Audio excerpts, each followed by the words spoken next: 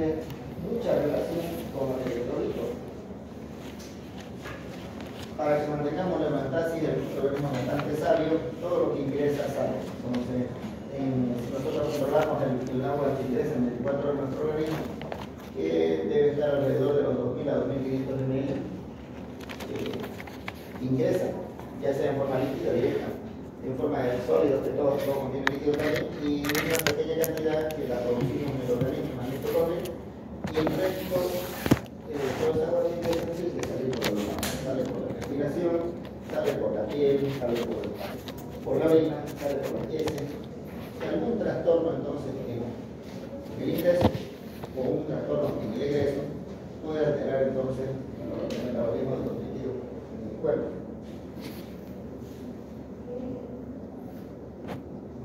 El requerimiento diario de agua, más o menos de 30 a 35 ml por kilogramo diario. Y decíamos el otro día cuánto es la diuresis normal del paciente. De 30 a 35 veces por kilogramo. Entonces, todo lo que ingresa sale. El agua entonces diaria, el paso de la granja que vimos anteriormente, no todo lo que ingresa es agua líquida, sólida o el agua metabólica, entonces se suma de 2.000 a 2.500 ml por litro. Y las cantidades de electrolitos que necesitamos entonces para mantener la homeostasis del agua y los electrolitos en ambos espacios intra y intracelular son ínfimas cantidades, no sodio, 1 a 2 miligramos por kilogramo de peso, ¿no? Casi nada prácticamente, potasio lo mismo, glucosa lo mismo, y no cumplimos en realidad con todo esto, la verdad. A veces algunos toman mucho más agua de lo normal, otros más azúcar y más sal de lo normal, ¿no? Entonces, en el azúcar, todo el mundo rompe el esquema. Un vaso de Coca-Cola menos casi 500 gramos de azúcar le estamos zampando ahí, ¿no? Y aparte de la Coca-Cola va con un brazo gitano más llenito de merengue dulce y así, ¿no? 1000 calorías, 1000 calorías o más. Entonces, pero tienen que excretarse, entonces como van al gimnasio requieren las calorías necesarias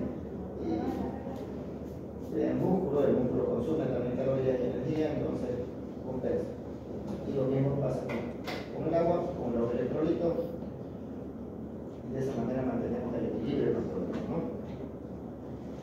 En caso de tener, si vamos después a ciertos trastornos que vamos a entrar, que la deshidratación, vemos cómo calcular el agua libre y la osmolaridad en el cuerpo.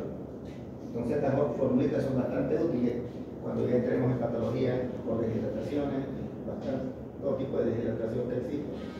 Y el agua corporal total entonces se calcula, es el 60%, habíamos dicho, ¿no? Se calcula en base a esta forma, 0,6 por kilogramo peso. Ustedes calculan 0,6 por su peso, y ese es el agua corporal que tiene usted, ¿no? El déficit de agua entonces calcularía ese 0,6 por el peso del paciente, por el sodio que ustedes le van a tomar ese rato al paciente, dividido por el sodio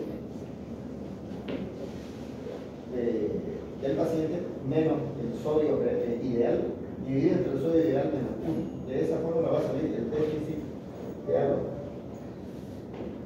Para cada paciente varía porque no todos pesan igual.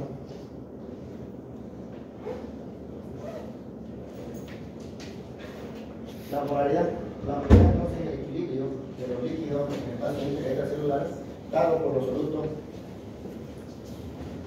del agua. Entonces, esta polaridad se calcula justamente en base a ciertos elementos, ciertos parámetros que lo tomamos justamente de la sangre del paciente afectado.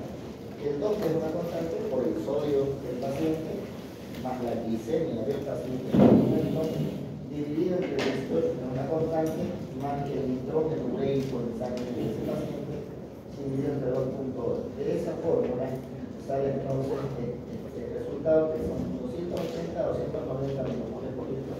Esta es más o menos reducida a la humedad normal de un individuo con un balance balance hidroelectrolítico y puede variar un poquito esa tabla, pero no tanto. Cualquier aumento de la osmolaridad ya implica un tipo de alteración hidroelectrolítica, o una disminución de la osmolaridad implica una alteración hidroelectrolítica. Esto para recordarse entonces en esta esquemita, que tenemos un espacio intracelular, un espacio extracelular, y la cantidad de solutos que tenemos dentro de los espacios es distinta. Entonces una retención de sodio por encima de 10 miliequivalentes en el espacio intracelular me va a ocasionar que ese espacio donde normalmente había hasta 10 miliequivalentes por litro se va a formar una zona muy concentrada de ese electrolito, y eso arrastra agua. El agua va de una zona de menor concentración a una de mayor concentración, y el agua se va a arrastrar a la célula y la célula se va a reventar. Veremos, se va a encher y va a reventar. Terrible. Y lo mismo puede pasar al otro lado, ¿no? Que ya también aumente el sodio en el extracelular y disminuya en el intracelular, y entonces el agua se va a ir de la célula hacia afuera y la célula se me va a deshidratar. Más o menos. Y el agua tiene tres formas de moverse en el organismo. Primero, el agua puede moverse por presión hidrostática, ¿no? No sé si ustedes han viajado en un avión o han ido a La Paz, por allá, a Potosí, a Salar de Uyuni, y por alguna causa, estando a más altura, nosotros tendemos a perder más agua, ¿no? Nos sentimos deshidratados, secos, también todo se seca, entonces perdemos más agua. Y si no tomamos en cuenta eso, no nos hidratamos adecuadamente, nos vamos a deshidratar más rápido. La otra forma de perder agua sería, o de mover el agua, sería por presión osmótica. Si el agua, como decía, va de una zona de menor concentración hacia una de mayor concentración para equiparar los dos ambientes, ¿no? El agua se va a meter a donde hay más solutos, y así de esa manera los dos ambientes quedan compensados. Y los solutos tienden a moverse hacia afuera también, entonces hay una compensación.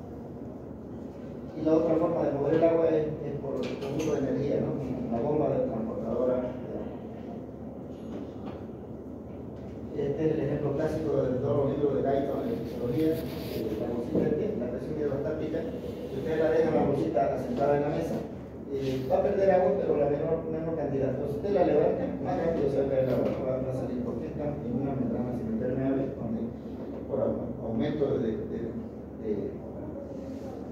presión hidrostática, aumenta de altura, la presión hidrostática aumenta y el agua se va a salir más rápido, ¿no? En cambio, en otro lado, la difusión pasiva por ósmosis, ¿no? La bolsita esté concentrada, ustedes la meten dentro de la taza con agua pura, ¿qué va a pasar? El agua se va a entrar a la bolsita y los solventes se van a salir a la taza.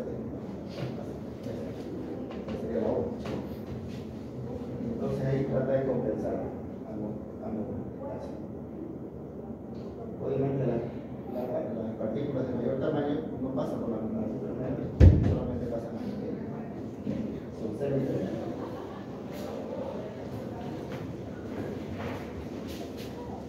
De ahí vienen los trastornos. Tenemos este tipo de deshidratación que es bastante común, que es la isotónica, es decir, el cuerpo pierde agua y pierde electrolitos al mismo tiempo. Entonces ambos compartimientos pierden la misma cantidad, cosa que no hay un desequilibrio ni en el intra ni en el extracelular, pero sí nos sentimos deshidratados. Vamos a decir, perdiendo líquido, pero también electrolitos. Entonces es el ejemplo clásico de los maratonistas que salen a correr aquí por las calles y pierden, mediante la sudoración, pierden electrolitos y pierden agua. Pero tenemos los mecanismos compensatorios, ¿no? El sistema nervioso central, el sistema circulatorio, el sistema renal, que comienza a circular rápidamente. Primero, el sistema nervioso central nos avisa que tenemos que tomar agua mediante el mecanismo de la sed. El riñón comienza a retener agua, entonces vamos a ordenar menos. El sistema nervioso central, además, y la parte hormonal actúa a nivel de la piel, ¿no? Ya no se puede estar sudando harto, comenzamos a sudar menos, o directamente se seca la piel, ¿no?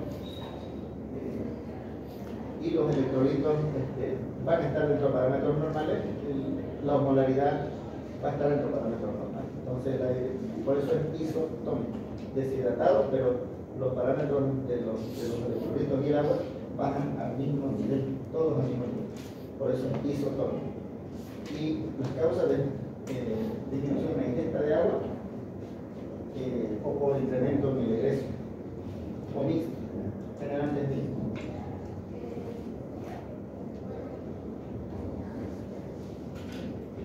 ¿Qué síntomas da? Primero la sed, ¿no? La sensación de sed, el estímulo de la sed es lo primero nos ayuda entonces para compensar por la vía oral, es lo más común de la reposición.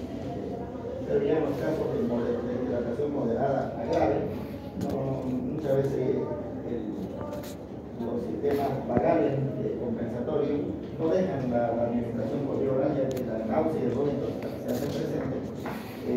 Entonces la hidratación por vía endovenosa es bastante útil.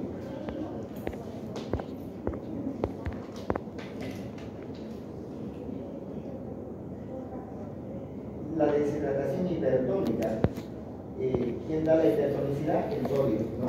El sodio. Entonces el hombre, el individuo, el paciente está perdiendo agua pura y los electrolitos se están quedando. Esto entonces ya es una patología, un trastorno. No es un individuo que sale a trotar y suda, pierde, lo más común es que sea isotónica la deshidratación, pero cuando es hipertónica es porque hay patologías de base, ¿no? Como diabetes insípida, enfermedades sistémicas hormonales, autoinmunes, endocrinas, que van a dar como resultado la pérdida de agua pura, o también el uso de algunos medicamentos, ¿no? Que hacen que el paciente pierda agua pura y los electrolitos se queden. Entonces, puede que al comienzo presente los mismos síntomas de la deshidratación, que es la sed, que es el primer estímulo del sistema nervioso central. Puede verse que hay la piel, cosas, pero lo más importante es que con este tipo de deshidrataciones se altera fundamentalmente el sistema nervioso central, ¿no?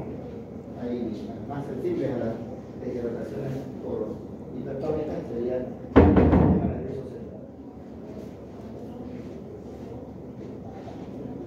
La deshidratación hipotónica.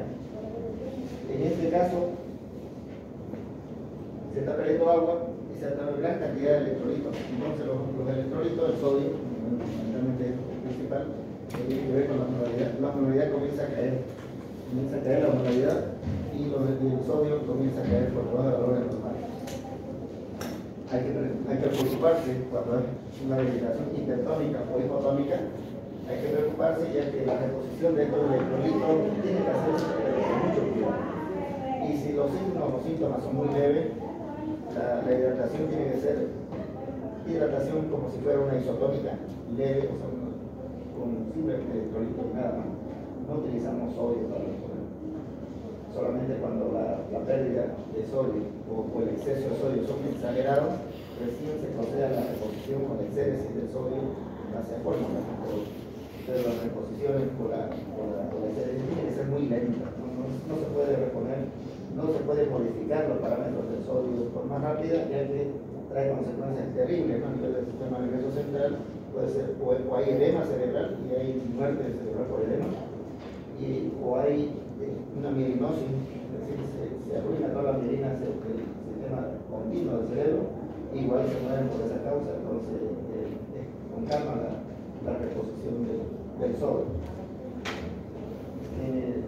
¿Por qué hay hiponatremia para deshidratación hipotónica o sodio?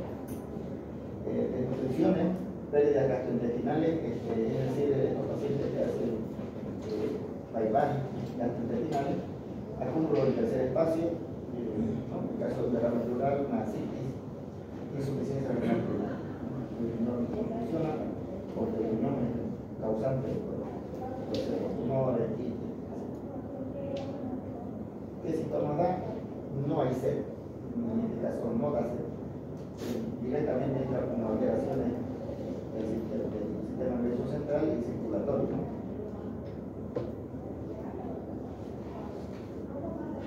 Aquí entonces esta tablita para ver los parámetros entonces farmacomática de la deshidratación isotónica, hipertónica, hipotónica y hipertónica, donde los parámetros laboratoriales, los parámetros son normales porque no se altera el sodio, no se altera el potasio, no se altera el agua, está con una osmolaridad normal.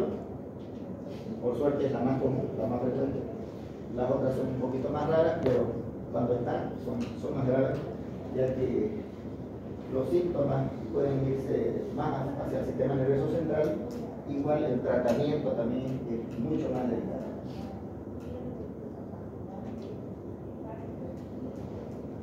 Entonces, para entender un poquito más, vamos a estudiar el grado sodio solamente.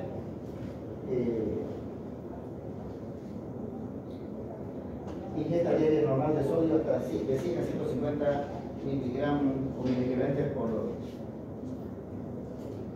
día sería, ¿no? O sea, una cantidad mínima de sal que tenemos que ingerir.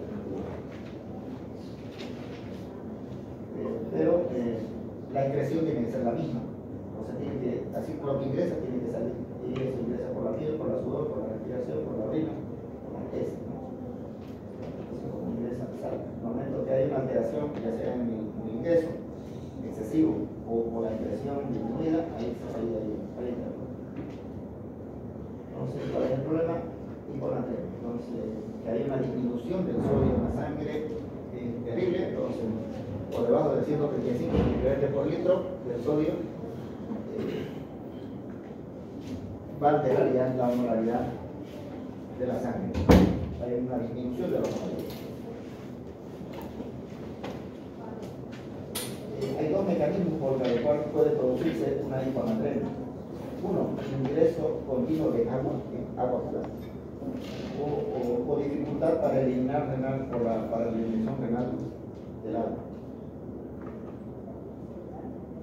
Entonces,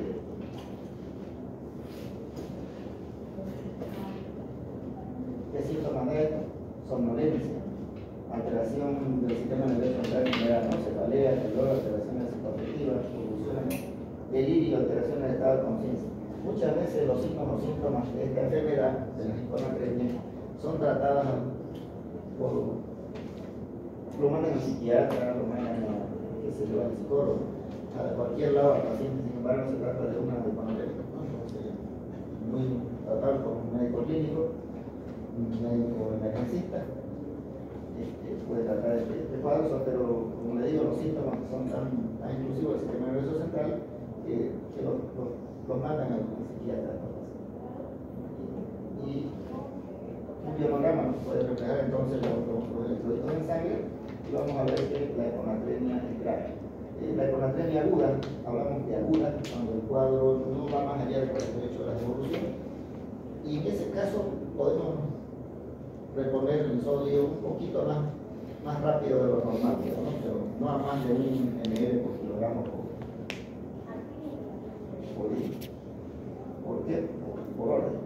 ¿Por qué? Porque si lo hacemos más rápido que eso, va a producir edema cerebral o va a producir la mielinosis continua y justamente se va a morir.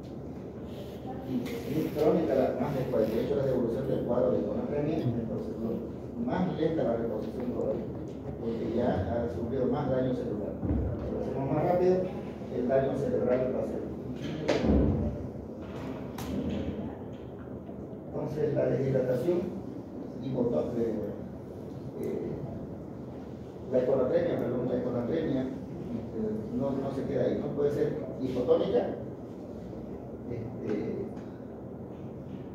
cuando hay disminución o pérdida del sodio, isotónica, cuando los niveles están relativamente normales, pero por ahí una ingesta exagerada de agua, ¿no? Entonces el agua ha superado los niveles normales del sodio, pero sin embargo estaban dentro de parámetros normales del sodio, no se alteró, no hay un aumento del sodio en realidad, solamente que el agua que entró fue exagerado y la dejó isotónica, pero el paciente está hiponatremia aparentemente.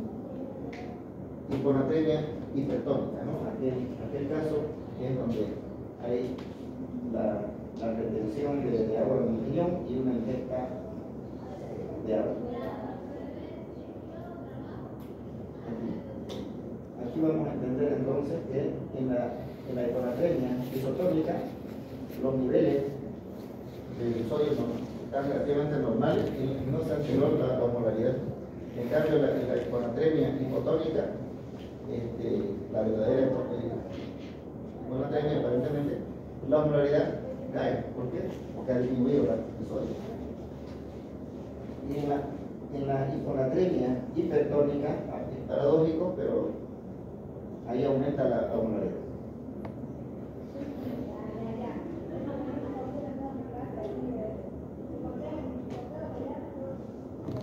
¿Qué causa una hiponatremia entonces? Causas renales y causas no renales, o extrarrenales. Las causas renales tenemos el síndrome de secreción inapropiada de la hormona antidiurética que van a quitarle, por decir, el freno al riñón, y el riñón comienza a eliminar bastante cantidad de agua y de electrolitos. Algunos medicamentos como los diuréticos inhibidores de la enzima convertida de angiotensina. En la diabetes se puede ver también, poliquitosis renal en general, todas las patologías que transforman el parénquima renal, en el hipotiroidismo, en el síndrome de desgaste del sodio cerebral, y vamos a nosotros medir eso mediante el factor natriurético cerebral, ¿no? Ese factor se eleva justamente cuando hay una excreción masiva de sodio y hay una alteración a nivel del sistema cardíaco del corazón. En realidad, factor natriurético cerebral lo llaman porque el descubridor de esto lo descubrió en chanchos, y en los chanchos este factor natriurético son polipéptidos, que se encuentra en el cerebro del chancho, pero en el humano se encuentra en los ventrículos cardíacos, entonces, pero se quedó como cerebral por el descubridor. Y después están las causas extrarrenales, que son una diarrea, el vómito, los terceros espacios, derrames pleurales, asitis, derrames abdominal, quemaduras extensas, insuficiencia cardíaca cognitiva, síndrome de corazón. ¿Cómo tratamos? Tratar la causa subyacente primero. Si estaba con diarrea, con vómito, tenemos que tratar la causa subyacente. Frenamos, por ejemplo, la diarrea, el vómito, la poliuria. Se contraindica la reposición rápida del sodio del paciente con síntomas leves, ya que, como le digo, a veces los daños son peores con la reposición. Solamente vamos a, si es leve la hiponatremia, la reposición se hace como si fuera un paciente con una deshidratación leve normal de isotónico, con suero de la vida, suero con electrolitos normales, rinden el suero fisiológico o rinden normal. Si nosotros agregamos sodio para reponer a ese paciente y no hacer fórmula, corremos los riesgos más de producir, como decía, edema cerebral o mielinosis. Esta mielinosis continua es terrible, ya que va a producir edema del tronco cerebral y la muerte del paciente. La fórmula para reponer sodio, de todos modos, es déficit del sodio del paciente. El sodio normal, que nosotros tenemos en la tablita, ¿no? Sodio normal. 100. Los valores estamos 145. Ese sería el normal, menos el sodio del paciente en ese momento, que estaba incluido, menos de 135, dividido entre el agua, que es 0,6, por el peso del paciente. De ahí hay un número, ¿no? Y después vamos a ver cómo es el caso. Hipernatremia. Hipernatremia igual es grave, estamos hablando de sodio por encima de 145 mililitros por litro, la osmolaridad por encima de 195. Entonces, en este caso, va a haber mayor cantidad de sodio en el intracelular. ¿Y qué pasaba entonces? El agua en el extracelular, ¿no? Y el agua tiende a irse de un lugar de menor concentración a mayor concentración, ¿no? Y se va a salir de la célula y se va a ir al intersticio. El paciente va a tener una célula deshidratada y obviamente eso va a repercutir a alteraciones del sistema nervioso central, alteraciones de varios sistemas del organismo, y van a producirse fiebre, convulsiones, irritabilidad, pérdida de conciencia. ¿Qué enfermedades pueden producir? Aumento del sodio, hiperaldosteronismo, síndrome de Cushing, el uso excesivo de bicarbonato por la vía del cerebral o la pérdida de agua de agua pura, ¿no? Por diuresis osmótica, uso de tramadol, sudación excesiva, quemaduras, diarrea osmótica, diabetes insípida y la hipoxia, ¿no? No regular. El tratamiento de la hipernatremia aguda, no se recomienda bajar a la velocidad más que sodio, 1 miliequivalente por litro por hora, no más que eso, en caso de agudo, menos de 48 horas. Si es más de 48 horas al cuadro, bajar a 0,5 miliequivalentes por litro por hora, no más rápido que eso. Solo la hipernatremia aguda puede tirar a 1 miliequivalente por litro por hora, si de lo contrario, su disminución rápida de la osmolaridad plasmática produce entonces el desplazamiento de agua al interior del cerebro neuronal, produciendo edema cerebral, ¿no? Y pues, la muerte. No la muerte. Y así es como la vamos a reponer el agua pura. Déficit de agua, entonces, sodio actual del paciente, dividido entre el sodio deseado, 145 miliequivalentes, menos 1 por el agua corporal total. El agua corporal total, recuerden que da 0,6 por peso del paciente. Y el sodio deseado es 145. Así lo aplicamos a la forma. Aquí con este ejemplo vamos a ver. Supongamos que tenemos un paciente de 60 kilos con un sodio de 160 kilos. Entonces es una hipernatremia y tenemos que calcular entonces el agua del paciente y el déficit de agua entonces, agua corporal total, 0,6 por 60 que pesa el paciente, ¿no? Igual 36, ¿no? Entonces, el líquido a reponer entonces va a ser el sodio del paciente, que era 160, dividido entre el sodio que yo quiero adquirir, que es 145, menos 1 por el agua corporal, que es 36. Sale 3.700 litros entonces a reponer en 48 horas, ¿no? En 48 horas. Pero a esos 3.700 le tengo que agregar las pérdidas mínimas diarias de agua estimadas, ¿no? De 1.500 a 2.000, como es una media de 1.800. Entonces son 1.800, o según el peso del paciente saco que es 1.800 gramos. 1.800 más 3.700, 5.500. Esos 5.500 tengo que pasar en 48 horas.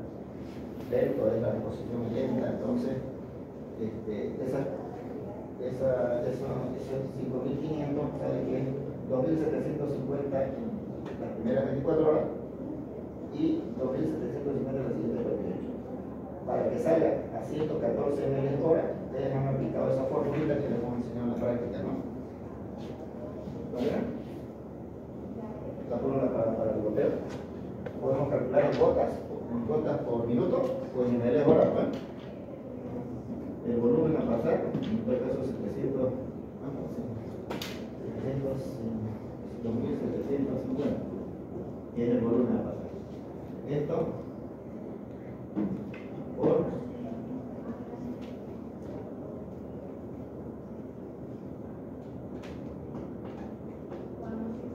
¿3? ¿Qué más? Por tiempo, 24 horas que tal. ¿Cuánto es esto primero? 3 por 24. 72. 72. Entonces, 2000 por 72 va a salir en gotas por minuto. Y si a eso le agregamos por 3 más, va a salir en ml por hora. ¿Sale eso? ¿Sale ese goteo? 114. ¿Sale bien?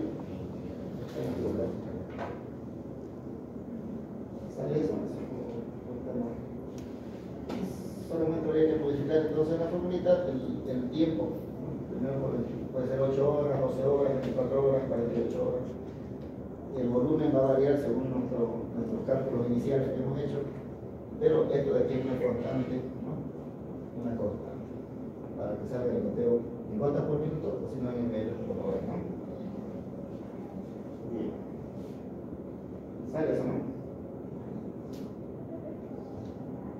Pasamos al potasio.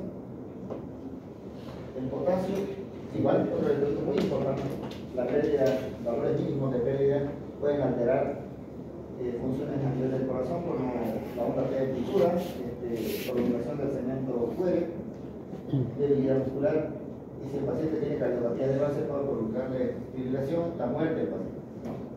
Esa es muy rara. ¿Qué causa una depresión de potasio?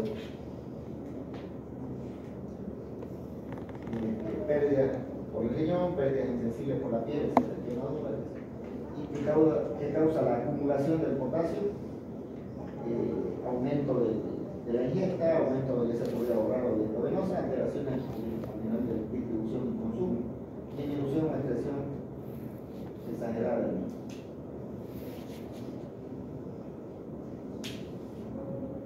¿Cómo se trata entonces?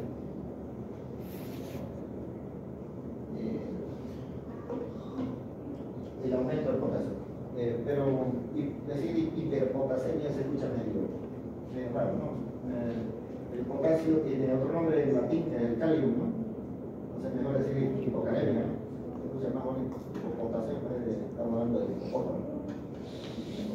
Entonces, hipocalemia o hipercalemia. Entonces, la hipercalemia vamos a tratarla con la restricción de zona de potasio, ¿no?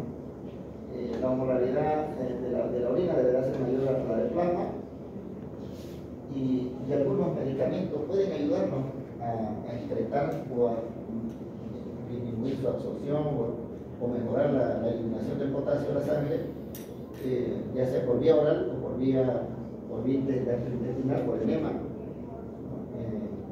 o por diálisis o por hemodiálisis peritoneal o por diálisis de la sangre, ¿no? Limpiar la sangre mediante máquina.